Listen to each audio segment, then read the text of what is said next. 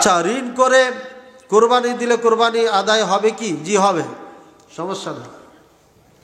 বিয়ের ক্ষেত্রে পাত্র অনুসন্ধান করতে আসলে মেয়ের দোষ বলে দিলে গীবত হবে কি? হ্যাঁ, যদি আপনাকে জিজ্ঞাসা করে তাহলে আপনাকে সত্যটা বলতে হবে। সত্য যেটা ওটা বলবেন।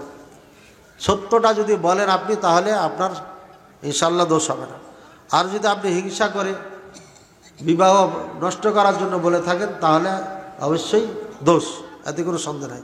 আপনাকে দেখতে হবে মানুষ ভুল ত্রুটি উঠবে না, ভুলটা কেমন, দোষটা কেমন, ত্রুটিটা কেমন। যদি ত্রুটি এমন জঘন্যতম হয়ে যায় যেটা বর পক্ষ মেনে নিতে পারবে না, তাহলে বলতে হবে।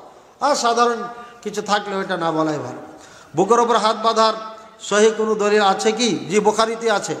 আমি এর আগে মাহফিলে বলেছি, বহু মাহফিলে বলা হয়েছে। মুখলিস বিন আরশাদ মাদানী লেখে নেটে সারা দিন ইউটিউবে পাবেন ইনশাআল্লাহ। শায়েখ আহমদুল্লাহ হর আলোচনা শোনা যাবে কি? এটা আমি আলোচনা করেছি এই যে গত কয়েকদিন আগে কথা, এটা 18 তারিখের মাহফিলে বলেছি। হ্যাঁ, ওনাকে নিয়ে একটা মন্তব্য করেছিলাম। উনি সহিহ আকীদার আহলে হাদিসদের ক্ষতি ছাড়া উপকার করে নাই। আজকে খালি এতটুকু বলি, ডক্টর খন্দকার আবদুল্লাহ জাহাঙ্গীর রহিমউল্লাহ চিনেন আপনি? চিনেন আপনারা? মারা গেছেন যে। ওনার একটা বিশাল মাদ্রাসা আছে। একজন দাতাতে মাদ্রাসা বানিয়ে দিয়েছেন, একজন দাতা।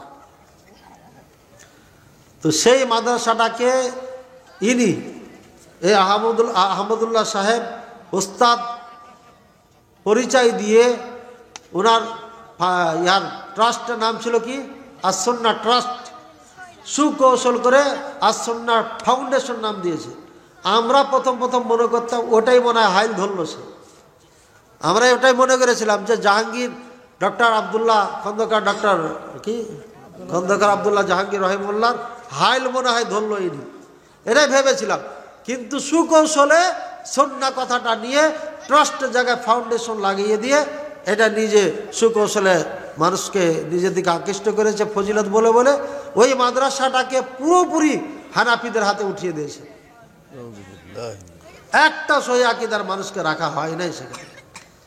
ইনার কারণে এই মাদ্রাসাটা সহিহ আকীদার থেকে বেদাতীদের হাতে চলে গেছে। আল্লাহ হেদায়েত করুন। এই খবরগুলো জানেন না যারা আহলে হাদিস ওলামায়ে কেরামকে নিয়ে আক্ষেপ, নাকি ক্ষোভ প্রকাশ করে, ঘৃণা প্রকাশ করে, বুঝবেন এরই মধ্যে সমস্যা আছে। বেদাতি ছাড়া আহলে হাদিস ওলামায়ে কেরামদেরকে কখনো ঘৃণা করবে না, এটা মনে রাখেন। বেদাতি ছাড়া, এটা আমাদের কথা না, আগেকার ওলামায়ে কেরামদের কথা।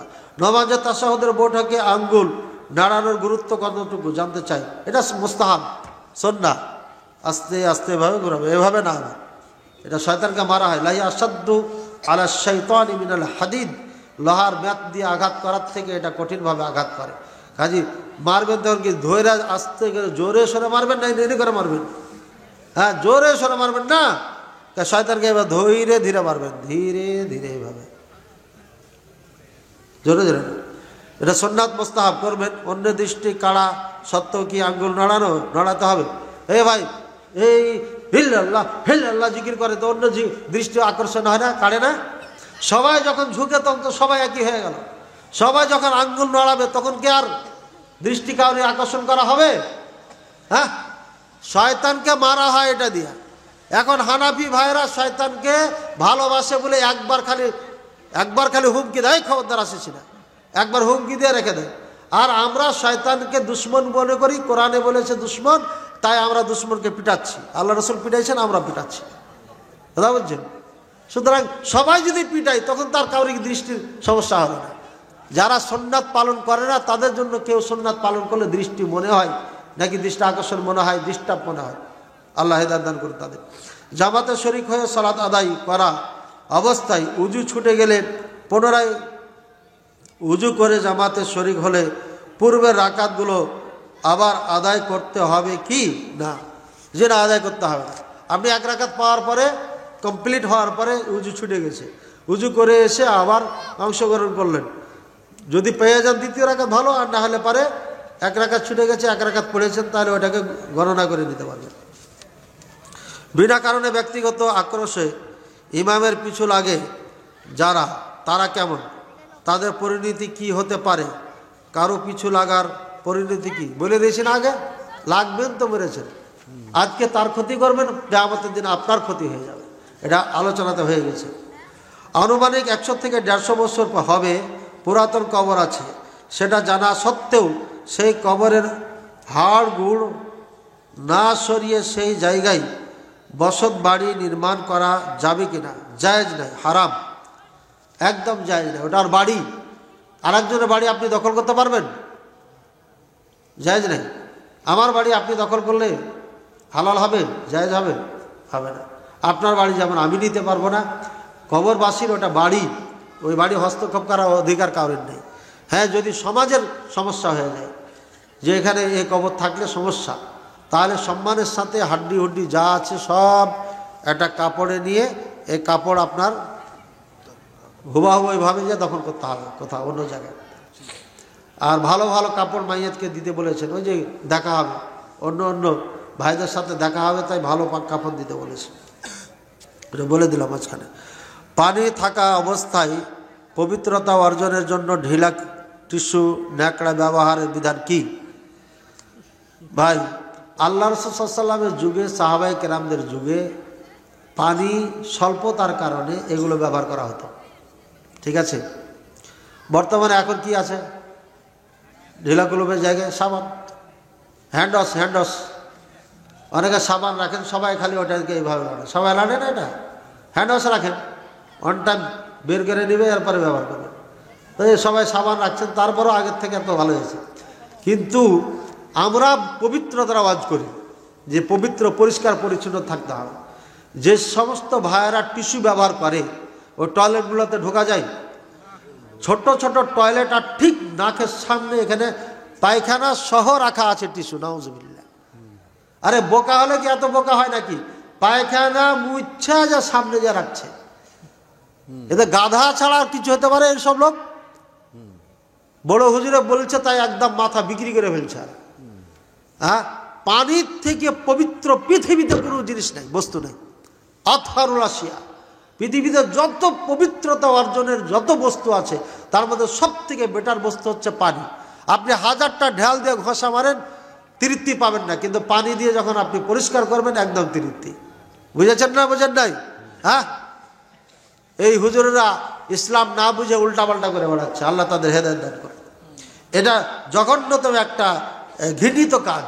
অনেকে আবার ঢিলা দিয়ে ধরে এমন লাফালাফি করছে, ওরে বাপরে বাপ, মনে হচ্ছে টাইটা ছিঁড়ে ফেলে দেবে, বুঝছেন?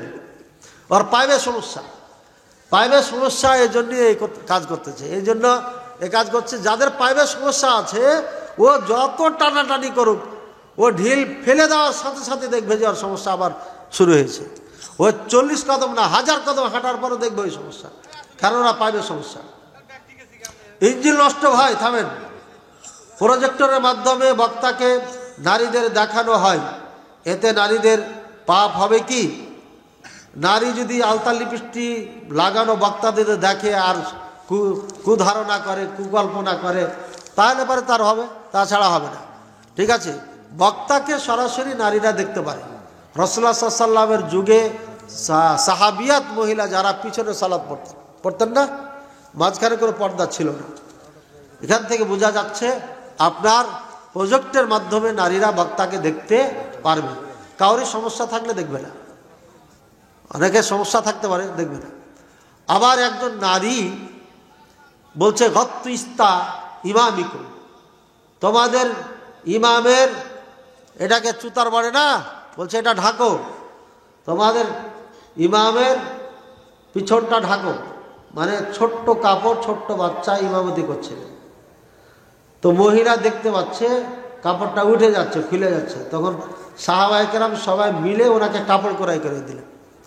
7 বছরের বাচ্চাকে ইমামতির দায়িত্ব দিয়েছিল রাসূলুল্লাহ সাল্লাল্লাহু আলাইহি ওয়াসাল্লাম, জানেন? ওই বাচ্চার ঘটনা মহিলা বলছে গত্তু ইস্তা ইমামিকুম, তোমাদের ইসলামের পিছন ঢাকো, পিছন ঢাকো, এই হলো কথা। তো সুতরাং বোঝা যাচ্ছে নারীরা ইমামকে দেখতে পেত ডাইরেক্ট। আর রাসূলুল্লাহ সাল্লাল্লাহু আলাইহি ওয়াসাল্লাম মসজিদে নববীতে খুতবা দিয়েছেন, বক্তব্য দিয়েছেন, কোনো পর্দা ছিল না।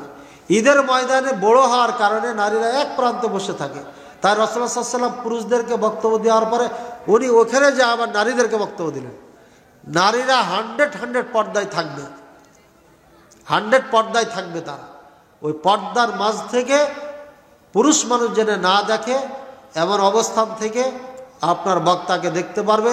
রাসূলুল্লাহ সাল্লাল্লাহু আলাইহি ওয়াসাল্লামের পুরো লাইফ, সাহাবায়ে কেরামের লাইফ এটা প্রমাণ করছে। বিয়ে করার ফজিলত কি? অল্প বয়স মানে কি বুঝাচ্ছেন? 12-13? বিয়ে অল্প বয়সে বিয়ে করার অধিকার নাই। এই যে তো বয়সই হয়নি, হয় ছেলের কথা বলছে, এটা ছেলে হোক মেয়ে হোক অল্প বয়সে নয়। বালেগ হওয়ার আগে বাপ মা বিয়ে দিতে পারে, বাবাই বিয়ে দিতে পারে। হ্যাঁ, বালেগ যদি হয়ে যায় ছেলে, তখন সে নিজে বিয়ে করতে পারবে, তখন আর বাবার দরকার নেই। মেয়েদের ক্ষেত্রে একদম জন্ম থেকে মরণ পর্যন্ত ওলি ছাড়া বিবাহ হবে না। লা নিকাহা ইল্লা বিওয়ালিয়্যিন। মেয়ের জন্য অবশ্যই লাগবে। অল্প বয়স বলতে যদি আপনি বুঝান, বালেগ হয়েছি কেবল 16, 17, 18 বছর বয়স, উপকার কি? উপকার তো বোঝা যাচ্ছে। বিয়ে করলে তাড়াতাড়ি বাচ্চা হবে, বাচ্চা হলে পরে তাড়াতাড়ি মানুষ করা যাবে।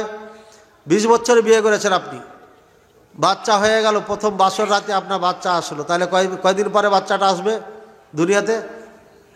বলেন, ধরেন 1 বছর, 10 মাস 10 দিন না কতদিন থাকে না, ধরেন 1 বছর। তাহলে 21 সালে আপনি বাবা হয়ে গেলেন। এই ছেলেটা পড়তে লেখাপড়া করতে করতে কখন শেষ করবে লেখাপড়া? 27 বছর।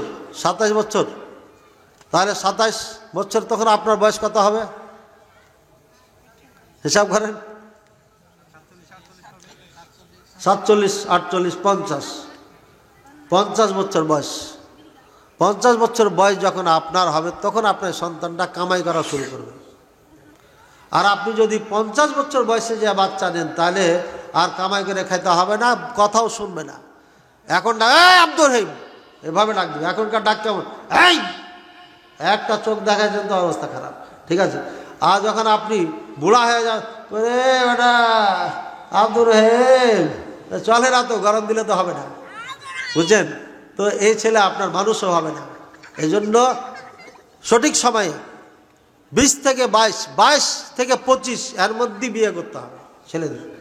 25 পার করা যাবে না, 25 পার করলে সমস্যা আছে। আর মেয়েদের জন্য যত তাড়াতাড়ি দিবেন তত ভালো। সরকারের এই আইন মানি না, 18 বছর আগে বিয়ে দেওয়া যাবে না। আমার মেয়ের বিয়ে দিয়েছি, কত বছর বয়স? কেবল 17 চলছে। ধুমধাম করে গেট টেট বানিয়ে বিয়ে দিয়েছি, পুলিশ টুলিশ কিচ্ছু আসে না। আজব কারবার। সবার বেলা পুলিশ চলে আসে, কই পুলিশ আসলো? কেবল 17 বছর চলছে, বিয়ে দিয়ে দিয়েছি। ভাই, সরকার বাধা দেয় না, কিন্তু আপনি বাধা কাজ করলে বাধা দিবেন। এটা আইন বানিয়ে রেখেছে। এর মধ্যে কিছু আপনার ব্যতিক্রম ঘটনা ঘটে থাকে। ছেলের মেয়ের দিকে না দেখে বাচ্চা সন্তান নেয়, এরপরে সমস্যা হয়ে যায়, লেখাপড়ায় ব্যাঘাত ঘটে যায়, ইত্যাদি ইত্যাদির কারণে এটা করা হয়েছে। কিন্তু বিয়ে না দেওয়ার কারণে বোটানিক্যাল গার্ড তো আছি, রমনা পার্কটা সব নাপাক হয়ে গেল, সব নাপাক হয়ে গেছে। এগুলো তো নামাজই পড়া যাবে না। বোটানিক্যাল গার্ডে যান, নামাজ পড়তে পারবেন না, সব নাপাক, জমিনকে সব নাপাক করে দিয়েছে, বুঝলেন। রমনা পার্কে যেয়ে দেখেন, একটা জায়গা নাই বাংলাদেশে আপনি ফ্যামিলি নিয়ে সন্তান নিয়ে ওখানে ঘুরবেন, একটু বিনোদনের জন্য যাবেন, সব দেখবেন 18 বছর আগের থেকে শুরু করেছে। তো এগুলো পারে, আবার বিয়ে করে পারে না কেন? হ্যাঁ, ইসলাম বুঝার জন্য পীরের মাজারে বা দরবারে যাওয়া যাবে কি? হারাম। মরার কাছে যাবেন কেন ভাই? আপনি জিন্দা পীর থাকতে মরার কাছে যাবেন কেন? জিন্দা পীর কে? আপনার মসজিদের ইমাম, যে কোরআন সুন্নাহর কথা বলে। জিন্দা পীর পিতামাতা, আপনার গ্রামের মাই মুরব্বী, এদের সেবা করেন, এদেরকে খুশি করেন, ছোট বড় সবার সাথে ভালো আচরণ করেন। এটা হচ্ছে সব থেকে বড় পীর আপনার। কোন মুলবির কাছে ধর্ণা দিয়ে, হাদিয়া দিয়া, টাকা দিয়া, গরু দিয়া উরুসে যে জান্নাত কিনবে, এমন পৃথিবীতে কোনো দলিল নেই। নিজে আমল করতে হবে, নিজে ভালো হতে হবে, আপনার দ্বারা কেউ কষ্ট না পায়, আপনি কাউরি দ্বারা পাবেন না। আপনি তো পাবেনই ভালোভাবে থাকলে চললে, কিন্তু আপনার দ্বারা যেন কেউ কষ্ট না পায়, তাহলে আপনি হলেন বড় পীর। আর আমাদের বাংলাদেশে যতগুলো আছে এগুলো সব ভণ্ড, একটাও ভালো নেই, কয়ে দিলাম। নাম ধরে বলার দরকার নাই, বললাম একটাও ভালো নাই, সব ভণ্ড। যে রাজি, যদি কেউ পারেন চ্যালেঞ্জ করেন আমার কাছে যে না এ পীর ভালো আছে, পীর মানি ভণ্ড, পীর মানি ধোকাবাজ, পীর মানি ইমান লুণ্ঠনকারী। আল্লাহ বুঝাতে অভিধান। পাকা চুল বা দাড়ি তুলে ফেলা যাবে কি না? হারাম, একদম হারাম, জায়েজ নাই, তোলাই যাবে না, এবং খুব জঘন্য, খুব মারাত্মক পাপ আছে। অবৈধ প্রবাসীর আয় কি বৈধ হবে? তেনমোহর না দিয়ে বাকিতে বিয়ে করে তাদের বিয়ে কি বৈধ? অবৈধভাবে বিদেশে থাকে, মানে ওই দেশের পারমিশন নেই, পাসপোর্ট ভিসা করে যাওয়ার পরে পাসপোর্ট ভিসা ফেলে দেওয়া, চুরি চুরি করে কাজ করে বেড়ায়। এক নম্বরে এরা অশান্তিতে আছে, চরম অশান্তিতে আছে। এরপরে কোনো কারণবশত যদি এমন হয়ে যায়, হ্যাঁ, তাহলে পারে তার আয় কোনো সমস্যা নেই। কারণবশত হয়ে গেছে তাহলে কোনো সমস্যা নাই, তার আয় হালাল, একদম 100% হালাল, যদি হালাল উপার্জন করে। আর যদি ইচ্ছাকৃত করে তাহলে পারে রাষ্ট্রের আইন অমান্য করার কারণে তার পাপ হবে। এজন্য আল্লাহর কাছে ক্ষমা চেতে হবে, পারলে সরকারের কাছে ক্ষমা চাবে। দেনমোহর না দিয়ে বাকিতে বিয়ে করলে বিয়ে বৈধ কিনা? বৈধ। বাকিতে মোহর দিয়ে বিয়ে করা যায়, কোনো সমস্যা নেই। এখন কথা হলো যে মোহর বাঁধলই না, বাধাই হয়নি। কেউ বলেছে, হ্যাঁ, কেউ বলেছে যে আমার মেয়ে তোমার সাথে বিয়ে দিলাম, প্রাপ্ত উপযুক্ত একটা বয়সের ছেলেকে বলেছে, তখন সে বলল আমি কবুল করলাম, দুইজন সাক্ষী আছে, তাহলে হয়ে গেল। একটা কথা মনে রাখবেন, মোহরটা অত্যন্ত গুরুত্বপূর্ণ, ওয়াজিব, এটা দিতে হবে, কিন্তু এটা আরকানও না, শর্ত না। বিবাহ করার জন্য রুকুনও না, আবার কিনা শর্ত না। রুকুন যেটা ঠিক থাকবে, শর্ত ঠিক থাকবে, বিয়ে হয়ে যাবে। এখন মোহর ধার্য করা হয় নাই, তাহলে পারে মোহর কিভাবে দিবে? যদি তার স্ত্রী থাকে একাধিক, তাহলে ওই স্ত্রীদের যে মোহর আছে এই মোহর ধার্য হবে, অথবা ফুফুর যে মোহর আছে, ফুফুর খালার মোহর, সেটা সে দিবে। ফুফুরটাই গ্রহণযোগ্যতা পাবে বেশি। সুতরাং মোহর না হলে মোহরে আপনার অন্যরে মিছিল দিবে, একে বলা হয় মোহরে মিছিল, অর্থাৎ ফুফুর বা বোন, এদের যে মোহর আছে মোটা, অথবা যেই যাকে বিয়ে করেছে তার বোন, যে কোনো একটা ধরে নিতে পারবে। নামাজে চুলকালে বা মশা কামড়াইলে কি করতে হবে? চুলকান এমনি আসে, শয়তানে আবার একটু একটু করে কখনো কখনো পিন করে, কাজে ওটার দিকে খেয়াল দিবেন না, একদম কবরে চলে যাবেন, হাসর ময়দানে আল্লাহকে সামনে হাজির নাজির যেরকম সালা শুরু করবেন। এরপরেও যদি দেখা যায় থামা যাচ্ছে না, অন্য মনস্ক হয়ে যাচ্ছে, তখন হালকা করে একটু দিয়ে দেবেন, চুলকে নেবেন। মশা যদি হয় এবার ঠিক আছে, সহ্য করতে পারলে ভালো, সহ্য করতে না পারলে খুব সতর্কতার সাথে ওকে তাড়াই দিতে হবে। আমালু কাসির, অধিক যদি নড়াচড়া করেন, অধিক যদি আপনার চুলকাচুলকি করেন, যে অন্য একজন দেখে মনে করছে ও নামাজ পড়ছে কি না সন্দেহ হয়ে পড়ে, তাহলে আপনার নামাজ ভঙ্গ হয়ে যাবে। এজন্য আমলে কাসির করা যাবে না, খুব শর্টে এই কাজগুলা সারতে পারবে। আল্লাহ তাআলা বুঝাতে বিধান। এই শীতে ফরজ গোসলের পরিবর্তে তায়াম্মুম করে সালাত আদায় করা জায়েজ হবে কি? যদি আপনি মনে করেন যে হ্যাঁ গোসল করলে আমি অসুস্থ হয়ে যাব, গোসল করলে আমি সমস্যা পড়ে যাব, তখন তায়াম্মুম করে সালাত আদায় করবেন। জন্মদিনে কেক বিক্রয় করা কি জায়েজ? কেক বিক্রয় করা জায়েজ, কেকের সাথে জন্মদিনের কোনো সম্পর্ক নেই। আমি যখন কেক ক্রয় করতে যাই তখন বার্থডে কেক আছে, আছে, ওর নামই বার্থডে কেক হয়ে গেছে। ওটা তো ডিজাইন করে তৈরি করে খাওয়ার জন্য, বার্থডে পালন করার জন্য তো না, নাকি? কাজে আর বিক্রি করার জন্য সমস্যা নেই, যিনি পালন করতেছে তার জন্য সমস্যা। কথা বুঝেছেন? মোবাইল সমস্যা না, সমস্যা ব্যবহারকারী। মাইক সমস্যা না, সমস্যা ব্যবহারকারী। কাজে কেক তৈরিতে কোনো সমস্যা নাই। আমদানিকৃত ফ্রিজের মাংস কি হালাল? বিদেশ থেকে গোশত আসে, এটা দুই ধরনের। যদি মুসলিম দেশ থেকে আসে তাহলে আপনি বুঝে নিতে হবে মুসলিম এটা পাঠাইছে। যদি জানা না থাকে, জানা থাকলে তো কথাই নেই, তাহলে ওটা আপনি বিসমিল্লাহ করে খেয়ে নেবেন। আর যদি ভিন দেশ কাফেরের দেশ থেকে আসে, সেখানে যদি লেখা থাকে 100 হালাল, তাহলে আপনি বিসমিল্লাহ করে খেয়ে নেবেন, হালাল। কিন্তু যদি ওখানে 100 হালাল না লেখা থাকে, হালাল হারাম ব্যাপারে কোনো দিক নির্দেশনা না থাকে, তাহলে ওটা হারাম, ওটা খাওয়া যাবে না। বুঝেছেন কথা? আল্লাহর নাম ছাড়া যদি জবাই করা হয় তাহলে ওই পশু হারাম, ওই পশু খাওয়া যাবে না। বিসমিল্লাহ ছাড়া ইচ্ছাকৃত কেউ যদি জবাই না করে তাহলে পরে এটা হালাল হবে না, হারাম হয়ে যাবে। যেমন হিন্দুরা জবাই করে, আল্লাহর নাম নেয় না, এই জবাই হারাম, হারাম, হালাল না। হ্যাঁ, ভুলে বিসমিল্লাহ বলে নাই, ভুলে বিসমিল্লাহ ভুলে গেছে, এখন খাবে কি খাবে না, মতনৈক্য থাকলো আপনি খেতে পারবেন, মতনৈক্য থাকলেও খেতে পারবেন। কাটতে কাটতে কল্লা কেটে দুদিকে দুইটা চলে গেছে। অনেকে বলে যে এই মুরগি আর খাবো না, কল্লা দুই দিকে চলে গেছে না, কল্লা পার হয়ে গেছে। বলে এটা ইন্ডিয়ার কারণে প্রভাবিত হয়েছে আমরা। হিন্দুরা এক কোপে মেরে দেয়, কল্লা পার করে দেয়, ওটার সাথে মিল খেয়ে যাওয়ার কারণে এখন বলছে কল্লা ওইদিকে ছুটে গেছে, খাওয়া যাবে না। না, আপনি তো বিসমিল্লাহ বলেছেন, বিসমিল্লাহ আল্লাহু আকবার বলে জবাই করেছেন, কল্লা পার হয়ে গেছে তো হয়েছে, সমস্যা কি? পার হলে সমস্যা নাই, 100 হালাল খেতে পারবেন, কোনো সমস্যা নেই। মা বাবার খিদমতের উদ্দেশ্যে বিয়ে করা যাবে কি না? 100 যাবে। কেন যাবে না ভাই? শুধু খিদমতের জন্য হবে না, আপনার তো দরকার আছে খিদমতের।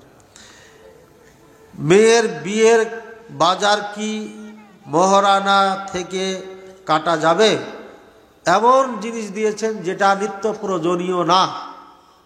কাপড় চোপড় যেটা নিত্য প্রয়োজন সবসময় লাগে, দৈনন্দিন লাগে, এসব ছাড়া অলংকার, স্বর্ণ, দামি শাড়ি দিয়েছেন, মাঝে মাঝে শখ করে পড়বে, এটা দেওয়া দরকার ছিল না, তারপরে দিয়েছেন, তাহলে পারে ওইগুলোকে আপনি মোহরের আওতায় আনতে পারবেন, সমস্যা নেই। মোহর আর কাবিন কি একই? না, মোহর আর কাবিন কি? কাবিন তো এটা পরে আবিষ্কার হয়েছে। মোহর হচ্ছে স্ত্রীর হক, ওই যে হকের কথা বললাম, মোহর না দিলে স্ত্রীকে কিয়ামতের দিন দিতে হবে। মোহর হচ্ছে কিসে, কার হক? স্ত্রীর হক। 1 টাকা মোহর করেছেন, 1 টাকা ওকে দিতেই হবে, নগদ দেওয়াই ভালো। বাসর রাতে স্ত্রীর কাছে যাওয়ার সময় অবশ্যই কিছু দিয়ে দিবেন। আপনার 1 লাখ টাকা মোহর আছে, 1 লাখ টাকা নাই, তাহলে 10,000 টাকা দেন, কিছু দিয়ে স্ত্রীর কাছে যাবেন। বুঝেছেন কথা? কিছু না কিছু দিয়ে স্ত্রীর কাছে যাবেন, বাকিটা পরে ধীরে ধীরে দিয়ে দিবেন। এটা হলো মোহর। আর কাবিন হচ্ছে কাজী সাহেবের খাতায়, রেজিস্টারের খাতায় নাম ওঠা, রেজিস্টার করা। এটা পরে ইন্ডিয়ার থেকে আবিষ্কার হয়েছে, এটা আগে ছিল না।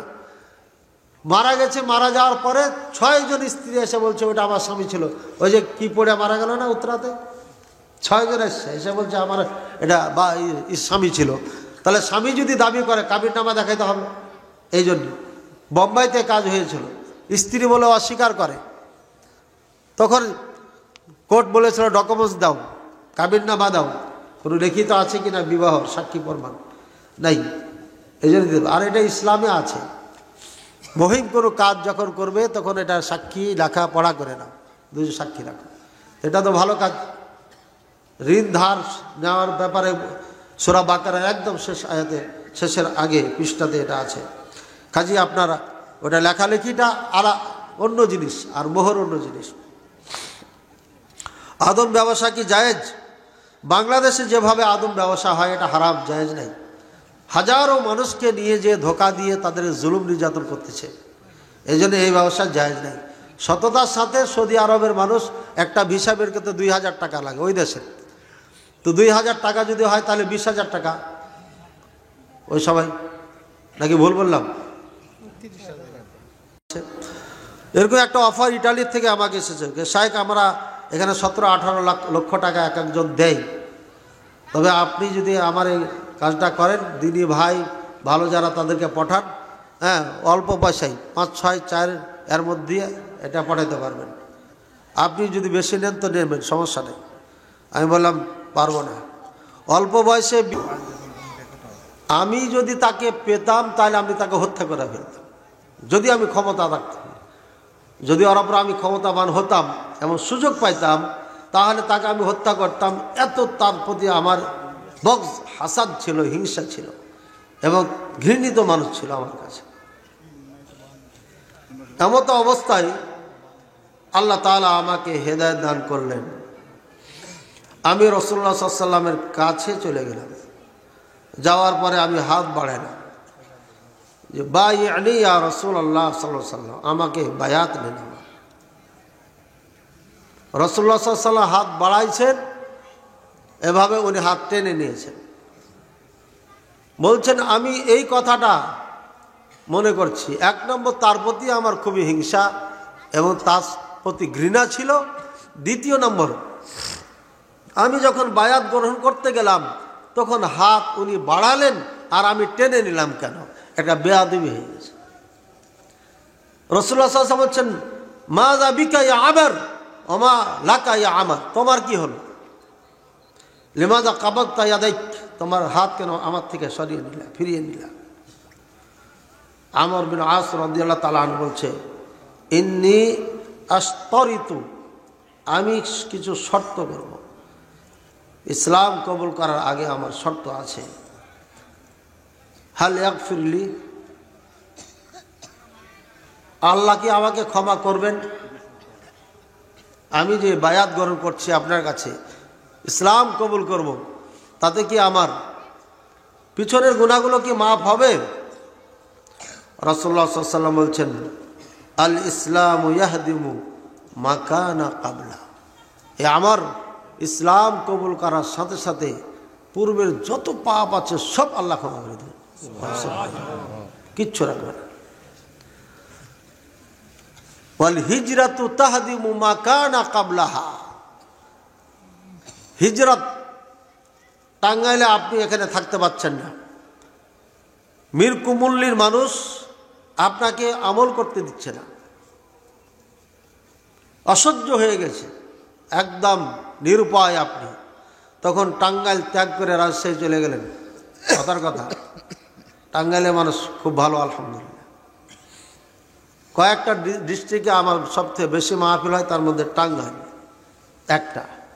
এবং টাঙ্গাইলের মানুষের একটা গুণ আছে, এরা আলোচনা শোনার পরে যাই, উঠে না কেউ, আমার মজলিস থেকে কেউ উঠে না। আজ তো থাকবেন ইনশাআল্লাহ? হ্যাঁ, আমার এই সুন্দর পরিবেশটা নষ্ট করবেন না। টাঙ্গাইলের মানুষ আমার মজলিস থেকে উঠে না, আজ ভালো হোক আর খারাপ হোক, দেখিনি এমন কোনো সময় হয় নাই, কাজে এটা যেন আজকেও না ঘটে। মানে উঠাউঠি করবেন না, সুন্দর করে শোনেন, হতে পারে আপনার এই ওয়াজটাই শেষ ওয়াজ। এতক্ষণ ওয়াজ শুনেছেন, বহুত কথা শুনেছেন, অনেক দামি দামি কথা শুনেছেন, কিন্তু কণ্ঠর মধ্যেও শুনেছেন তো ভালো লেগেছে, আপনি ভাবেননি। এখন আপনাকে ভাববেন আপনি, এটা আপনার ভিতরে ঢুকবে এবং কাজ করবেই করবে ইনশাআল্লাহ। সময়টা একদমই কম, আমার বয়স 48 চলছে, এই আর কয়েকদিন পরই 48-এ পড়ে যাব। এই তো 63 বছর বয়স যদি আমি পাই, আর কয় বছর আছে আমার? রাসূলুল্লাহ সাল্লাল্লাহু আলাইহি ওয়াসাল্লামের যদি বয়স পাই, আর কয় বছর আছে? হ্যাঁ, ওদিকে 13 আর এদিকে 2, কত হলো? 15 দিন, 15 বছর, মাত্র 15 বছর। এতে বাড়ি গাড়ি কত কি, কত দুনিয়ার চিন্তা ভাবনা, অথচ আগের মানুষ 1000 বছর বেঁচেছে। 1000 বছর বাঁচা মানুষগুলো পাহাড় কেটে জীবনযাপন করেছেন, বাড়িও বানায়নি। আল্লাহু আকবার। আমরা যদি 1000 বছর বয়স পাইতাম, আল্লাহ জানে কি যে করতাম। এই সময় মানুষকে মানুষই মনে করতাম না। আল্লাহর অশেষ রহমত যে আমাদের এত বয়স আল্লাহ দেননি। তার মধ্যে আমি দেখতেছি, আমার মনে হয় এই 8-10 বছর থেকে কি 15 বছর থেকে দেখতেছি সময়গুলো খুব দ্রুত চলে যাচ্ছে। এই তো কয়েকদিন আগে আমি কেবলই মাহফিল শুরু করলাম। হ্যাঁ, তো 13 সালে শুরু করেছি আমি, 12 সালে বাংলাদেশে। এই তো চলে গেল, হঠাৎ কখন চলে গেছে আমি জানি না। 23 সাল পার হয়ে গেল, আর মাত্র কয়েকদিন আছে। এটা ভাবারই একটা সময়, একদম ভাবার সময়। এমন এক সময় মাহফিলটা আল্লাহ নিয়ে এসছেন 7 তারিখ থেকে 21 তারিখে। তখনও বেজোড় ছিল, এখনও বেজোড়। এটা আল্লাহর একান্ত রহমত ছাড়া অন্য কিছু না। আর আল্লাহর হুকুমে এখানে মিলও খেয়ে গেছে ডেটে। ইলেকশন না থাকলে এ মাসে ডেট চেঞ্জ করা খুব কঠিন, কিন্তু আল্লাহর রহমত ইলেকশনের কারণ। আর আমার মাদ্রাসা আছে একাধিক, মাদ্রাসায় সময় দিতে হয়, এই জন্য মাঝে মাঝে ডেট ফাঁকা রাখি। যা হোক ভাইয়ার আমার, কি বলছিলাম বলেন তো? কি বলছিলাম? কোথা থেকে বের করলাম? জি, বয়স চলে গেল। এই তো হঠাৎ চলে গেল। মাশাআল্লাহ, শ্রোতা একজন আছে। আপনি কি শুনছেন না শোনেন না? তো পারলেন না যে? আমার বয়সের কথা বললাম, একদম এই তো শেষ। আগেকার মানুষ এত বছর সময় পাওয়ার পরও এইভাবে অট্টালিকা বানায় নাই, জায়গা জমিনে মারামারি কাটাকাটি করে নাই। যাক, ওই সময় অভাব ছিল না, আর তারা জানতো এই কয়েকদিনের দুনিয়ায় বাড়ি গাড়ি বানিয়ে লাভ কি, পাহাড় কেটে কেটে বাড়ি করে থেকেছে। আর আল্লাহ দেখাবে, হ্যাঁ এই জমিনে শক্তিশালী মানুষগুলো বসবাস করত, আধুনিক এই মেশিন না থাকা সত্ত্বেও বিশাল পাহাড় কেটে কেটে বাড়ি করেছে তারা। বোঝা যাচ্ছে তারা তাদের শক্তি কেমন ছিল। এক একটা মানুষ 60 গজ লম্বা হতো, বলে সুবহানাল্লাহ। 60 গজ লম্বা মানে কি? তাল গাছ, তার থেকে বড়। এতগুলো মানুষ বাংলাদেশে বেশি না, যদি 1 লক্ষ আসে তাহলে তো অবস্থা খারাপ হয়ে যাবে। আল্লাহু আকবার। সেই 60 গজ লম্বা থেকে নামতে নামতে আমরা কত দূরে এসেছি? কয় গজে আছি আমরা? খুব গজে 2.5 গজ, খুব বেশির থেকে বেশি 2.5 গজ। কত নিচু ছোট হয়েছি দেখেন। ছোট হতে হতে আল্লাহ জানে কত ছোট বানাবে। আর ছোট হওয়ার দরকার নাই, দুনিয়া শেষ হতে যাচ্ছে। ভাইয়ার আমার বলছিলাম, আমর বিন আস রাদিয়াল্লাহু তাআলা আনহু কাঁদছেন, খুব কাঁদতেছেন। তার কান্নার কারণে তার চেহারাটাকে ওয়ালের দিকে ফিরিয়ে দিলেন। এত কাঁদছেন কেন? জান্নাতি একজন সার্টিফিকেটধারী মানুষ, জান্নাতের সার্টিফিকেটধারী মানুষ, সে কবরে যাবে, মারা যাবে, এই মুহূর্তে কিভাবে কাঁদছেন চিন্তা করেন। আল্লাহু আকবার। তাদের কি ভয় আর তাদের কি আখিরাতের চিন্তা চেতনা অন্তরে পালন করত, আমরা এখান থেকে বুঝতে পারছি। আমরা কত নির্বোধ, আমাদের অন্তর গলে না, আমাদের অন্তর নরম হয় না। কবরের কথা বললো আমাদের অ্যাকশন হয় না। আমাদের বাপ ভাই আত্মীয় স্বজন মারা যায়, চলে যাচ্ছে, কয়েকদিন কাদার পরে আর মনে থাকে না। এভাবেই কেটে যাচ্ছে আমাদের দিনগুলো। ভাইয়ার আমার, এ অল্প সময়ের জন্য আমর রাদিয়াল্লাহু তাআলা আনহু কাঁদছেন। কাঁদতে কাঁদতে কাঁদতে কাঁদতে ছেলে যখন প্রশ্ন করলেন, তখন উনি বললেন, কুনতু আসাদ্দু বগদান লি রাসূলিল্লাহি সাল্লাল্লাহু আলাইহি ওয়াসাল্লাম, আমি বেশি রাসূলুল্লাহ সাল্লাল্লাহু আলাইহি ওয়াসাল্লামকে ঘৃণা করতাম। এরপরে আমি রাসূলুল্লাহ সাল্লাল্লাহু আলাইহি ওয়াসাল্লামের নিকটে আসলাম। আসার পরে হাত দিলাম, হাত যেমন বাড়াইলাম, রাসূলুল্লাহ সাল্লাল্লাহু আলাইহি ওয়াসাল্লাম হাত বাড়াইলেন, আমি তোর হাতটা টেনে নিলাম। টেনে নেওয়ার পরে বললাম, আস্তারিতু, আমি শর্ত করব, আমার শর্ত যদি ঠিক পূরণ হয় তাহলে ইসলাম কবুল করব। কিন্তু মাজা তাস্তারিত, তোমার শর্ত কি? বলছেন, কুলতু আইয়ুগফারা লি, আমাকে কি ক্ষমা করা হবে? রাসূলুল্লাহ সাল্লাল্লাহু আলাইহি ওয়াসাল্লাম বলছেন, ইন্নাল হিজরাতা তাহদিমু মা কানা ক্বাবলাহা। এই কথাই বলতে গিয়ে ওদিকে চলে গেলাম। হিজরত, আপনি যখন দিন পালন করতে পারবেন না, তখন এখান থেকে হিজরত করে এমন কোন এলাকায় চলে গেলেন যেখানে ইচ্ছা মতো ধর্ম পালন করতে পারবেন। পৃথিবীতে এমন কোনো কাজ নাই যে কাজের জন্য আপনার নিজ গ্রাম ত্যাগ করে, নিজ দেশ ত্যাগ করে অন্য দেশে চলে যাবেন, কিন্তু ঈমান বাঁচানোর জন্য আপনাকে দেশ ত্যাগ করতেই হবে। আপনি বলতে পারবেন না, আমার এলাকার মানুষ আমাকে আমল করতে দেয় নাই, তাই আমি পারি নাই, আমি এই করতে চাই, এই করতে চেয়েছি, আমাকে করতে দেওয়া হয় নাই, এই জন্য আমি করি নাই। এটা আল্লাহ শুনবেন না।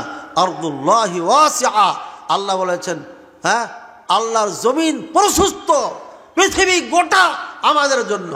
কিন্তু দুঃখজনক হলো সত্য, এই স্বার্থপর নেতাদের কারণে দেশ খণ্ড বিখণ্ড করে করে এক একটা আইন এবং বর্ডার কায়েম করে আজকে পাসপোর্ট লাগবে, ভিসা লাগবে, দিলে যেতে পারবে, না দিলে যেতে পারবে না, নানান ধরনের শর্ত লাগিয়েছে। এই স্বার্থপর নেতৃত্বের জন্য আমরা একটা খাঁচার মধ্যে বন্দী হয়ে গেছি। আগে এটা ছিল না। আগে যেমন মনে চাইতো তেমনভাবে ঘুরে বেড়াইতো, কোনো পাসপোর্ট ভিসা লাগতো না। এক এলাকা ছিল, টাঙ্গাইল এলাকার একজন নেতা রয়েছে, ওইখান থেকে ঢুকবে, এলাঙ্গা দিয়ে ঢুকবে, ঠিক ওখানে সৈন্য দাঁড়িয়ে থাকবে, কে রাজশাহী থেকে মুখলেসুর রহমান এসেছি। কেন এসেছেন? ব্যবসা করার জন্য। কোথায় যাবেন? টাঙ্গাইল শহরে যাব। পরিচয়পত্র আছে? বলে হ্যাঁ আছে। কোথার থেকে এসেছে? না আছে, চিঠি লিখে নিতে হতো। ওখান থেকে নেতার যেটা স্বাক্ষর নিয়ে নিলে হতো যে হ্যাঁ মানুষটা সন্ত্রাস না, জঙ্গি না। আগে থেকে সিস্টেমটা ছিল তার। আর কিছু কিছু ছিল লাগতোই না, কিচ্ছু লাগতো না। দেখার পরে বলছে ঠিক আছে যান। নাম তার নোট হয়ে গেল। আবার যাবেন তখন এখান দিয়ে যাবেন। এই ছিল দেশের একদম কড়াকড়ির সময় এটা ছিল। আর আগে তো কিচ্ছুই ছিল না, কোনো বর্ডার ছিল না। যার ইচ্ছা যেখানে সে সেখানে বসবাস করবে। তার প্রমাণ আরব দেশগুলোতে এখনো পাওয়া যায়। ইরানিরা সৌদি আরবে যেয়ে বসবাস করে। কেমনে? মাছ মারতে মারতে মারতে চলে গেছে সাগরের প্রান্তের থেকে ওই প্রান্তে। যাওয়ার পরে কাতিফ নামক জায়গায় তারা বসবাস করে। নাক চোখ মুখ সব ইরানি, কিন্তু আরবিতে কথা বলে। এদের ইতিহাস কি? ইরান থেকে মাছ মারতে মারতে ওই জায়গাটা পছন্দ হয়েছে, লোকজন বসবাস করতো না, বসবাস করতেছে। সৌদিয়ান হয়ে গেছে, সৌদির ভেতরে এসে গেছে, সৌদিয়ান হয়ে গেছে। ভাইয়ের আমার, আল্লাহ রাসূল সাল্লাল্লাহু আলাইহি ওয়াসাল্লাম ইন্নাল হিজরাতা তাহদিমু মা কানা ক্বাবলাহা, পূর্বের যত পাপ আছে কেউ যদি ইসলামের জন্য, ঈমান টিকানোর জন্য হিজরত করে চলে যায়, পিছনের সমস্ত গুনাহকে আল্লাহ ক্ষমা করে দেবেন। অনেক মৌলভী সাহেবকে বলতে শুনেছি হিজরাতের সময় শেষ, মক্কা থেকে মদিনায় শুধু হিজরত ছিল, এরপর আর হিজরত নাই। এটা ভুল। এই হিজরত কিয়ামত পর্যন্ত থাকবে। যে যেখানে ইসলাম নিজে পালন করতে পারবে না তার জন্য ফরজ সেখান থেকে হিজরত করে চলে যাবে। ইসলামের জন্য সব কিছু ত্যাগ করতে হবে। বাড়ি ঘর, আত্মীয় স্বজন, পিতা মাতা, পৃথিবীর সব কিছুই ইসলামের জন্য ত্যাগ করতে হবে। ইসলামের ওপরে কাউ কি রাখা যাবে না, কোনো কিছু রাখা যাবে না। এটার নাম মুমিন, এটার নাম ঈমান, এটার নাম ইসলাম। গোলামালে জায়জাদ্দিন চালিয়ে দিব। হুজুর আপনি এই কথাটা না বললে তো পারতেন, এই যে কথাটা বলে তো গন্ডগোল লেগে গেল। সত্য কথা বললেন কেন? সত্য কথা বলতে হবে, গন্ডগোল লাগবে, তারপর সমাধান হবে। বুঝছেন? চাঁদপুরে গেছিলাম, গল্প করার সময় নাই, আর আমরা এটা করি না। চাঁদপুরে এই মাহফিলে গেছিলাম, দুই ভাই আমাকে নিয়ে গেছিলেন। দ্বিতীয় বক্তা দেওবন্দের ফারেক, আর আমিও দেওবন্দের ফারেক। দুই ভাইয়ে নিয়ে যে দুই ভাই আমার এখানে পাশে দাঁড়িয়ে আছে, পিছনে দুটাই গার্ড, আর কিচ্ছু নেই। আমি একটা ভূমিকা পালন করলাম যে এখানে তো সব উল্টা পাল্টা হুজুর আছে। তো ভূমিকার মধ্যে এটা ছিল, শয়তান কয়েকটা রূপ ধারণ করেছিল, তার মধ্যে একটা ডাক্তারের রূপ ধারণ করেছিল। শয়তান ইবলিস একবার ডাক্তারের রূপ ধারণ করে মা হাওয়াকে ধোকা দিয়েছিল। আর একবার পার্লামেন্ট সদস্য হয়েছিল, বিরাট বড় দাড়ি আর মাথায় পাগড়ি ছিল, ইবলিসের কথা বলছে। আবার একবার কমান্ডারের রূপ ধারণ করেছিল বদরের যুদ্ধে, সুরাকার রূপ ধারণ করেছিল।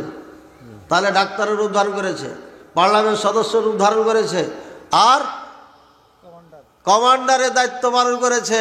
পরে ফেরেশতা যখন দেখেছে পালাচ্ছে, পালছে আর পালাচ্ছে, এই পালাও কেন? আরা মালা তারাও না, আমি যা দেখছি তোমরা তা দেখো না। ওই যে ফেরেশতারা আছে দিবে বাড়ে, পালাচ্ছে, শয়তান পালাচ্ছে, সুরাকা নাই। কথা বুঝছেন? এই হলো আসলে সুরাকাই না, ওটা শয়তান। শয়তান আপনাকে এভাবে নানান রূপ ধারণ করে ধোকা দিবে। আমি সেদিন বলেছিলাম, মৌলভী সাহেবের রূপ ধারণ করবে, আপনার ইমাম সাহেবের রূপ ধারণ করবে শয়তান, দিয়ে বলবে, কানে ফুঁক দিয়ে বলবে হুজুরটাকে ঠাকা। হুজুরটা তো শেষ করে দিল সব কিছু। যদি এমন কিছু ঘটে তাহলে ওকে ধরে নিয়ে আসবেন, আসলে আপনার হুজুর না শয়তান, আমি ফুঁক ফাঁক মেরে দেখবো, আমি কিছু কবিরাজি জানি। এই জন্য লাভ হলো কি, হুজুররা আর ফুঁক ফাঁক মারেনি। ঠিক আছে? তবে যখন আলোচনা শুরু করলাম দেখলাম যে মানুষজন একদম লোড হয়ে গেল। প্যান্ডেল তো লোড ছিলই, একদম সামনে অনেক মানুষ চলে আসলো। মানুষের ঘুম নষ্ট হয়ে গেল। ওই গ্রামে 13টি মাজার ছিল। আমি যখন বললাম এই 13টি মাজার সকাল হওয়ার আগে আগে ভেঙে ফেলতে হবে, তখন লোকগুলো সব বাড়ির থেকে বের হয়ে চলেছে। এটা কইল কি? বুঝছেন? যা হোক, ভাইয়ের আবার ঠেকাইতে পারে নাই, আল্লাহ হেফাজতকারী হেফাজত করেছেন। চলে এসেছি, সকালে এসেছি। বড় হুজুরকে বলেছে, ওই যে একটা হুজুর এসছে, চলেন আপনারা তো ওদের বিপক্ষে, বলেন একটু সাক্ষাৎ করেন। তখন বলেছে, উনি নাম কি? বলে মুখলেস বিন আরশাদ মাদানী, মানে মদিনায় পড়েছে। আর যে দাওরায়ে হাদিস দেওবন্দ লেখা আছে না, ওখানে লেখা ছিল দাওরা হাদিস দেওবন্দ। দেওবন্দে পড়েছে মদিনায়, মানে পেকে গেছে, এর সামনে যাওয়া যাবে না। আসে নাই। মফিজ ভাই চাঁদপুরে মাহফিল করাইছিলেন, আমার আওয়াজ শুনতে পাইলে ওই হুজুরের কানে যাবে একদিন। ভাইয়ার আমার, ইসলামের জন্য সব কিছু করতে হবে। গন্ডগোল লাগানোর কারণে হলো কি, কথা কেউ বলতে পারে না। একজন কি বলছিল, আমি বললাম প্রশ্ন করলে স্টেজের পাশে আসেন, আর যদি পাগল হয় তো একটা জিলাপি দিয়ে পাঠিয়ে দেন। লোকটা চুপ মেরে গেছে, চিল্লালে পরে পাগল, আর প্রশ্ন থাকলে এখানে এসে করবে। আসলে তো প্রশ্ন নাই, গন্ডগোল করতে চাই। ঠান্ডা হয়ে গেল, মাহফিল শেষ করে আসলাম, আলহামদুলিল্লাহ। ভাইয়ার আমার, গন্ডগোল লাগানোর কারণে লাভ হয়েছে কি, এর কয়েকদিন পরে ওখানে আপনার কয়েকটা গরু জবাই করে উরুস মোবারক হয়।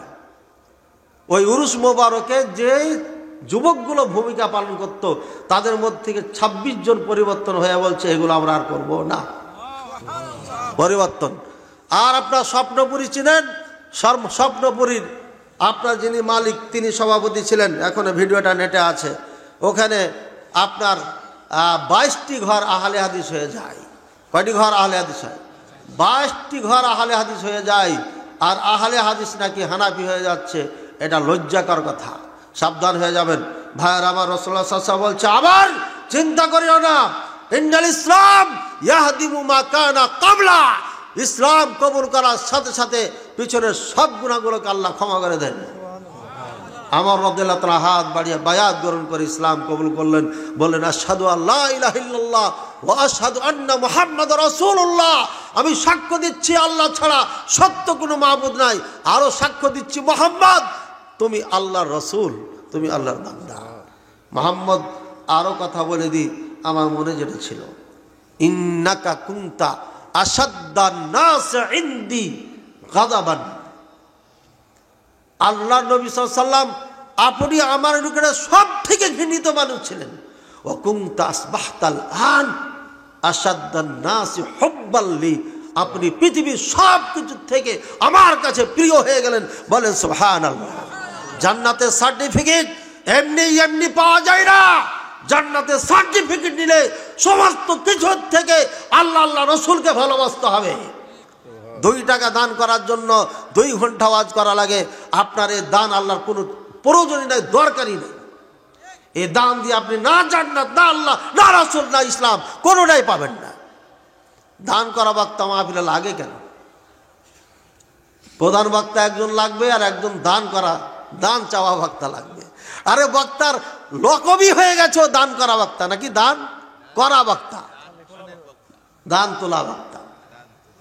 কিসের মুসলমান আপনি? আপনার কাছে দান তুলতে হবে? এই মসজিদে টাকার দরকার আছে, আপনাকে টাকা দিতে হবে না? কেন ভিক্ষা করতে হবে আপনার কাছে? কেন 1 ঘন্টা আপনাকে গান শোনাইতে হবে, ওয়াজ শোনাইতে হবে? রাসূলুল্লাহ সাল্লাল্লাহু আলাইহি ওয়াসাল্লাম ওয়াজ করে তো বক্তব্য, দান উঠান না। যুদ্ধে যেতে হবে, টাকার দরকার, এতগুলো সওয়ারির দরকার, কে দিবে? দাও। এতটুকু বলে দিয়েছেন, দরকার এখন দাও, দিয়ে দিয়েছেন। এমন ঈমান তৈরি করার জন্য একদিনের মাহফিল হবে না।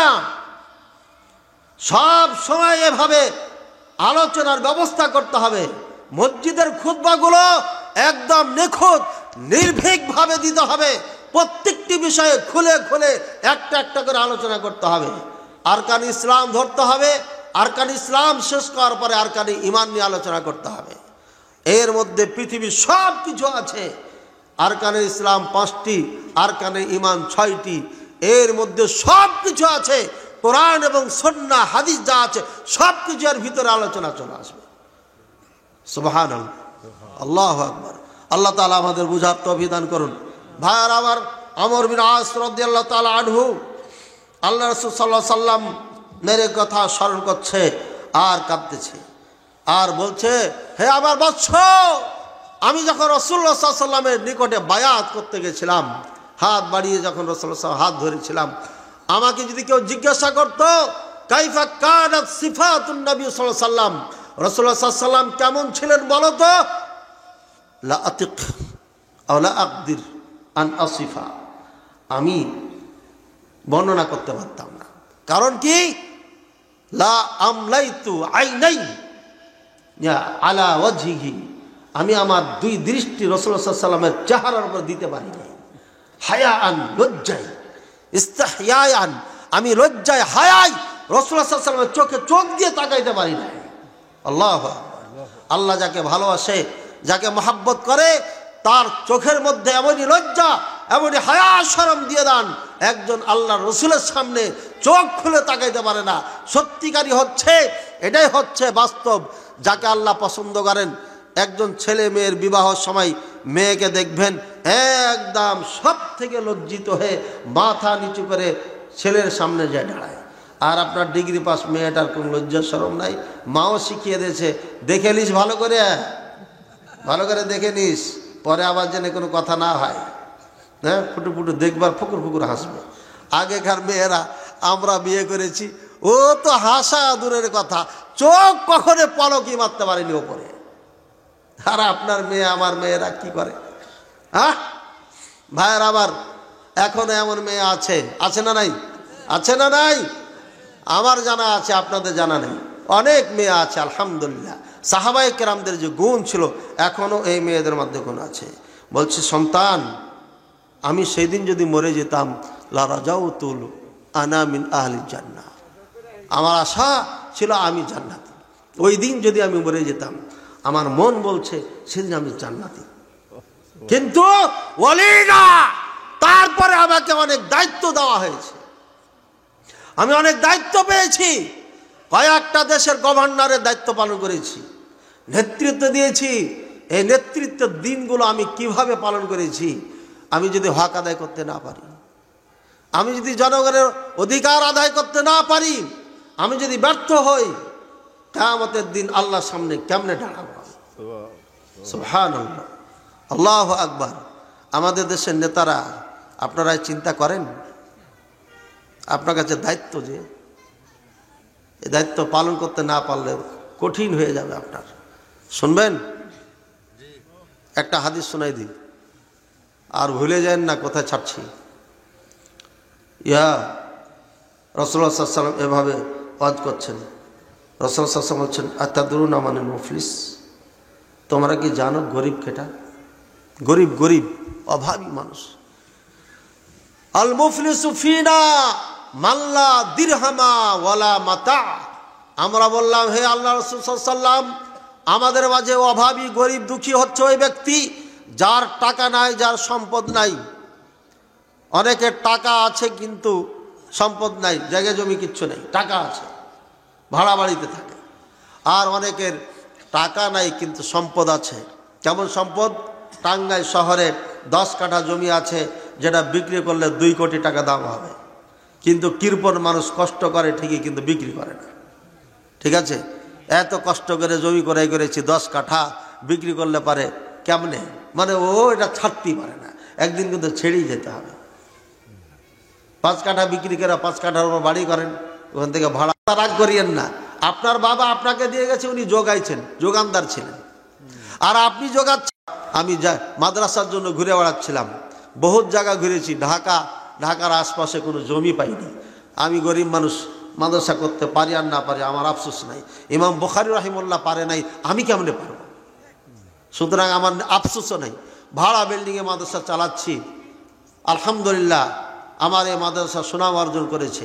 আমার টার্গেট মদিনা বিশ্ববিদ্যালয়ের মতো আকীদা তাওহীদ নিয়ে, হাদিস নিয়ে, সহিহ সুন্নাহ নিয়ে দেওবন্দের মতো ঘরে ঘরে আলেম তৈরি করা।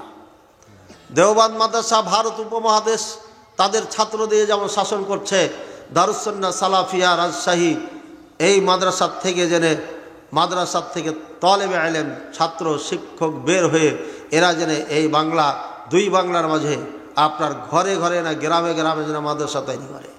এবছর 7 জন ভারত থেকে ছাত্র এসে লেখাপড়া করে গ্রামার শিখে তারা ইন্ডিয়া গেছে, পাসপোর্ট ভিসা করে খাস করে এসে তারা শিখে গেছে, 1 বছর করছেন। এবং যে 2 জনকে দেখছি বক্তা হয়ে ওয়াজ করছে, আলহামদুলিল্লাহ।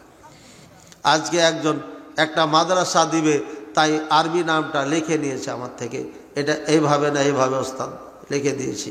ভাইয়ার আমার যাওয়ার কথা ছিল ডিসেম্বরের শেষ দিকে। হ্যাঁ, কি বলে ক্রিকেট খেলেছেন আপনারা, এমন করে কিক মারলেন আপনারা যে ইন্ডিয়া ভিসাই বন্ধ করে দিল। হ্যাঁ, বহুদিন আগে শুনলাম আমাদের সোনার সন্তানেরা বিদেশে, পৃথিবীর বুকে দেশের নাম সুনাম ছড়িয়ে দিচ্ছে, পরিচিতি ঘটাচ্ছে। আর সোনাম সন্তানেরা না সোনার সন্তানেরা আপনারা এমন করে কিক মারলেন যে ভিসাই বন্ধ হয়ে গেল। হ্যাঁ,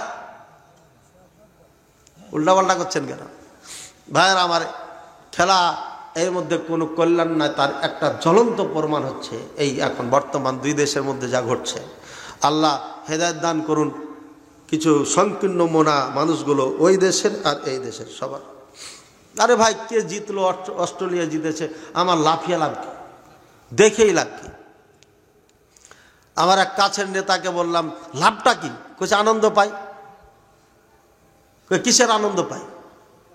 হ্যাঁ, আমরা যে জীবন যাপন করছি আমাদের কোনো আনন্দ নাই না? আমরা খালি সবসময় গুমরা হয়ে থাকি, হাসি খুশি নাই? আরে আমাদের ঘরটাই জান্নাত আলহামদুলিল্লাহ, আমার বাড়িটাই জান্নাত আলহামদুলিল্লাহ। বাড়িটা গেল, সন্তানগুলো সব দরজাতে দাঁড়িয়ে যায়, আসলো সবগুলো দাঁড়িয়ে যায়। ছোট্টটা আসার পরে চুমা না দিয়ে বাড়ির থেকে বের হওয়া যাবে না, ঠিক আছে? আর বাড়িতে ঢুকলো পারে ওই 3 বছরের মেয়েটা দাঁড়ায় আছে, মানে আমাকে আদর করে না। আমি আদর করলে ও আবার আমাকে আদর করে। এর থেকে আর কি চান? জান্নাত। আর আপনি ঘরেই থাকতে পারেন না, ঘুরে ঘুরে দৌড়িয়ে আছে, খালি দৌড়াচ্ছেন খালি দৌড়াচ্ছেন। আপনার ঘরের মধ্যে সব বিনোদন রয়েছে, ফাও খালি যেখানে সেখানে বিনোদন করতে যান কেন? ভাইয়ার আমার, আমর বিন আস রাদিয়াল্লাহু তাআলা আনহু বলছেন, হে আমার বৎস, আমি দায়িত্ব পাওয়ার পরে এরপর আমার টেনশন বেড়ে গেছে। মাযা হালি, আমার হাল কি হবে, আমার অবস্থা কি হবে? আমি কি দায়িত্ব পালন করতে পারলাম না? রাসূলুল্লাহ সাল্লাল্লাহু আলাইহি ওয়াসাল্লাম বলছেন, শুনো, আল মুফলিসু ফি উম্মতি, আমার উম্মতের গরিব মানুষ হচ্ছে ওই ব্যক্তি, ইয়াতি ইয়াউমাল কিয়ামাতি বিসলাতিহি ওয়া সিয়ামিহি ওয়া যাকাতিহি, ওই ব্যক্তি আমার নিকটে আসবে কিয়ামতের দিন, সালাত আদায়কারী হবে সে, অর্থাৎ একজন 5 ওয়াক্ত নামাজ আদায়কারী তিনি, আর বি সিয়ামিহি, সিয়াম পালনকারী তিনি হবেন, ওয়া যাকাতিহি, তিনি যাকাত আদায়কারীও হবে। রাসূলুল্লাহ সাল্লাল্লাহু আলাইহি ওয়াসাল্লাম 3টি আমলের কথা বলেছেন। 1 নম্বর নামাজ, 2 নম্বর সিয়াম, 3 নম্বর যাকাত। 3 নম্বরটা অত্যন্ত কঠিন। যার টাকা আছে যাকাত দিতে পারে না, ইমানদার না হলে পারে যাকাত দিতে পারবে না। যাদের ইমানের দুর্বলতা আছে, কোটি কোটি টাকার মালিক, ব্যাংক ব্যালেন্স, ইন্ডাস্ট্রির কোনো কিছু অভাব নাই, এত টাকা আছে যে একাই আমার মতো 10টা মাদ্রাসা চালাতে পারবে, কিন্তু সে কোনো দিন দান খায়রাত করে না। যারা পাহাড় ডলতে পারে, ডলাডলি করে, তাকে কখনো হয়তো 1 কোটি দিয়ে দিল, কিন্তু যেই মুলবিরা তাদের কাছে যেতে পারে না, চিনে না, জানে না, তারা ঘুরেও দেখে না। বুঝেছেন না? বোঝেন না? হ্যাঁ, এখন দান করে তেল মালিশ করার পরে, আর আলেম ওলামা যারা, তারা তেল মালিশ করতে পারে না, এরা চাইতে পারে না, শুধু একটু বলে দেয় এতটুকু। ভাইয়ার আমার, আল্লাহ তাআলা বুঝার তৌফিক দান করো। এমন আছে না নাই বাংলাদেশে? যাকাত দেওয়া খুবই কঠিন। সুতরাং যাকাতের কথা উল্লেখ করে রাসূলুল্লাহ সাল্লাল্লাহু আলাইহি ওয়াসাল্লাম বুঝাইতে যাচ্ছেন, এই জবান তোমার মুসলমান না, পাক্কা সাচ্চা ইমানদার একজন মুসলমান। কিন্তু শাতামা হাদা, এই ধনী ব্যক্তিটি, এই নমাজি এই লোকটাকে গালি দিয়েছিল, ওয়াদারাবা হাদা, একে মেরেছিল, ওয়াস সাফাকা দামা হাদা, একে হত্যা করেছিল, ওয়া আহরাকা দামা হাদা, একে হত্যা করেছিল, সাফাকা দামা হাদা, একে হত্যা করেছিল, ওয়া আখাযা মালা হাদা, এর সম্পদকে খেয়ে নিয়েছিল। কটা হলো? গালি দিয়েছিল। 2 নম্বর মেরেছিল। সাধারণ মায়ের রাগ উঠলো, বাটাই দিলেন রিক্সাওয়ালাকে, নরম পাইলে মারলেন, আর জোরাল হলে তো দাদা কয়ে চলে এলেন। 3 নম্বর বলেন, ইজ্জত নষ্ট করেছিল, তোহমাত দিয়েছিল। 4 নম্বর হত্যা করেছিল। 5 নম্বর মাল নিয়ে মাল দেয় নাই, অন্যায়ভাবে ভক্ষণ করেছিল। রাসূলুল্লাহ সাল্লাল্লাহু আলাইহি ওয়াসাল্লাম বলছেন, ইয়াতি বিহাসানাত, এই লোকটা অগণিত নেকি নিয়ে আসবে, কারণ দানবীর ছিল, দান করেছে, বহুত মসজিদ মাদ্রাসা বানিয়েছে, নেকি তো হবেই। কিন্তু হবে কি? কিয়ামতের দিন এই লোকগুলো আসবে, একে যে গালি দিয়েছিল, এই গালি দেওয়ার একটা কাতার হবে। কাতার বলবে, আমাকে গালি দিয়েছিলেন, আমার গালির বদলা দিয়ে দেন। বলবে, কি দেবো, আমার কাছে তো কিচ্ছু নাই, তুমি গালি দিয়ে নাও, বলে এখন তো গালি দেওয়ার সময় না, এখন নেওয়ার সময়, এখন তো চোখে দেখতে পাচ্ছি। ভাইয়ার আমার, এই লোকটি যখন একভাবে দাঁড়াবে আল্লাহ তাআলা বলে দিবেন তার অধিকার আদায় করে দাও, গালির বদলায় নেকি দিয়ে দিতে হবে। বলে নাউযুবিল্লাহ। এবার নেকি কমতে লাগলো। এরপরে দ্বিতীয় জন আসবে, এক লাইন শেষ। দ্বিতীয় লাইন আসবে, একে মেরেছিল, এই মায়ের বদলায় সম্পদ দিতে, নেকি দিতে থাকবে, দিতে দিতে দিতে আবার একটা লাইন আসবে, যাদের আপনি কি করেছিলেন, ইজ্জত নষ্ট করেছিলেন, তহমত দিয়েছিলেন, অপবাদ দিয়েছিলেন, আরে অমুকের স্ত্রী ভালো না, অমুক লোক ভালো না, যার সম্মান নিয়ে আপনি ছিনিমিনি খেলেছিলেন, ও আসবে, আমার ইজ্জতে হাত দিয়েছিল, এই লোকের কারণে সমাজের মানুষ আমাকে ঘৃণার চোখে দেখত, এই লোকের কারণে আমার ইমামতি গেছে, এই লোকের কারণে আমার নেতৃত্ব গেছে, এই লোকের কারণে আমার বিবাহ বন্ধন আমার বিচ্ছিন্ন হয়েছে, সমাজ থেকে বিচ্ছিন্ন হয়েছি, ব্যবসা বাণিজ্য ধ্বংস হয়েছে। সুতরাং আল্লাহ এর বিচার না হলে পারে একে ছাড়ব না। এরপর আল্লাহ পাক রব্বুল আলামিনের আদেশে তাকে কি করা হবে, নেকি দিয়ে দেওয়া হবে। এরপরে আসবে আরেকজন, যার আপনি হত্যা করেছিলেন, যেভাবে হত্যা করেছিলেন, কল্লা টুকরো টুকরো করেছেন, টুকরো টুকরো লাফাইতে লাফাইতে সামনে এসে দাঁড়িয়ে বলবেন আল্লাহ এ হত্যা করেছিল, এর বদলে আমি চাই, তখন নেকি দিয়ে দেওয়া হবে। সব নেকি শেষ, কিচ্ছু নেই, সব নেকি শেষ। এরপরে আর এক দল লোক আসবে, এ তো আমার উপরে অন্যায় করেছিল, আমার মাল নিয়েছিল, আমার জমি নিয়ে নিয়েছিল, জাল দলিল বানিয়ে আমার জমিন ভক্ষণ করেছিল, টাকা নিয়েছিল, জমিন দেয় নাই, সুতরাং আল্লাহ এর বিচার চাই আমি। তখন বলবে দাও, জমি দিয়ে দাও। মান কাবাদা শিবরাম মিনাল আরদি তুববিকা লাহু সাব'ু আরাদিন ইয়াউমাল কিয়ামাহ। রাসূলুল্লাহ সাল্লাল্লাহু আলাইহি ওয়াসাল্লাম বলেন, বুখারী সহিহ বুখারীর হাদিস, মুসলিমের হাদিস, যে ব্যক্তি এক বিলস মানে হাফ ফিট, এই যে আঙ্গুলে যতটুকু হয় এক বিলস বলা হয় এটাকে, এই এক বিলস জমিন যদি কেউ কাউরি নিয়ে নেয় অন্যায়ভাবে, জুলমান অন্যায়ভাবে, কিয়ামতের দিন তাকে বলবে ওয়াফুর সাবআ তাবাকাত, এই 60টি তাবকা খুঁড়তে থাকো, খুঁড়তে খুঁড়তে খুঁড়তে এরপর তার গলায় উঠাই দেওয়া হবে, বলবে হাসরের ময়দানে ঘুরে বেড়াও।